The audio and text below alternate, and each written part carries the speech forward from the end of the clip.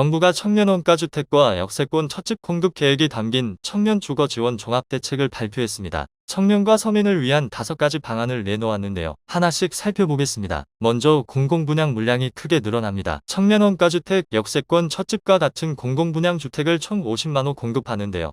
50만호 중 청년층에 34만호, 4050 등에 16만호를 공급할 계획입니다. 지난 정부와 비교하면 크게 늘어난 물량인데요. 이를 통해 내 집 마련 기회가 지난 정부 대비 3배 이상 확대되는 효과가 있을 거라 기대하고 있습니다. 지역별로는 서울에 6만호, 수도권에 36만호, 비수도권에 14만호를 공급합니다. 역세권, 도심지 등 우수입지를 활용할 계획인데요. 내년엔 전국 7.6만호 중 수도권에 5.2만호가 인허가 예정이며 이 중 5.4만호가 시세보다 저렴한 분양가와 장기 모기지가 적용돼 서민들의 주거 불안을 낮춰줄 것으로 보입니다. 실수요자가 니즈에 맞춰 모델을 선택할 수 있는 주거 선택권이 제공됩니다. 나눔형, 선택형, 일반형 중 소득, 자산 여건, 생애 주기에 맞게 선택할 수 있는데요. 25만호가 공급되는 나눔형은 시세의 70% 이하 분양가, 최대 80%를 저리로 받을 수 있는 장기 모기지가 가능한 모델입니다. 시세가 5억인 주택의 경우 나눔형 모델은 초기 부담금이 7천만원 수준으로 낮아지는 효과가 있습니다.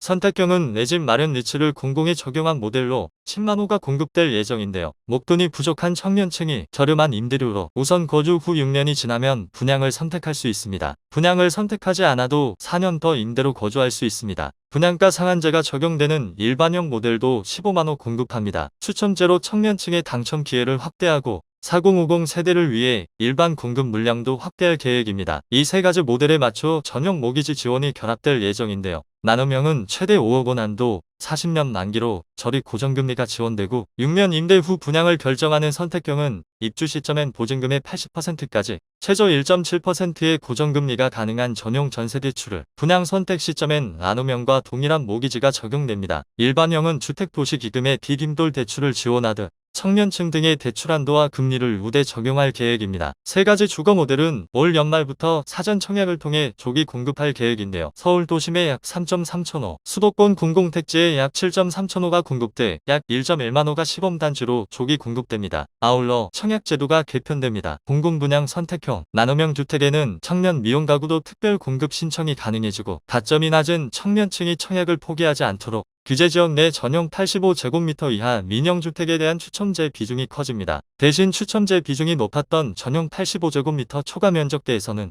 가점제 비중이 높아질 예정입니다. 서울에서는 희소가치와 추첨제가 가능한 중대형의 인기가 높았는데 개편 이후에는 상대적으로 높은 분양가, 가점제 비중 확대로 중대형 아파트의 청약 경쟁률이 낮아질 수 있습니다.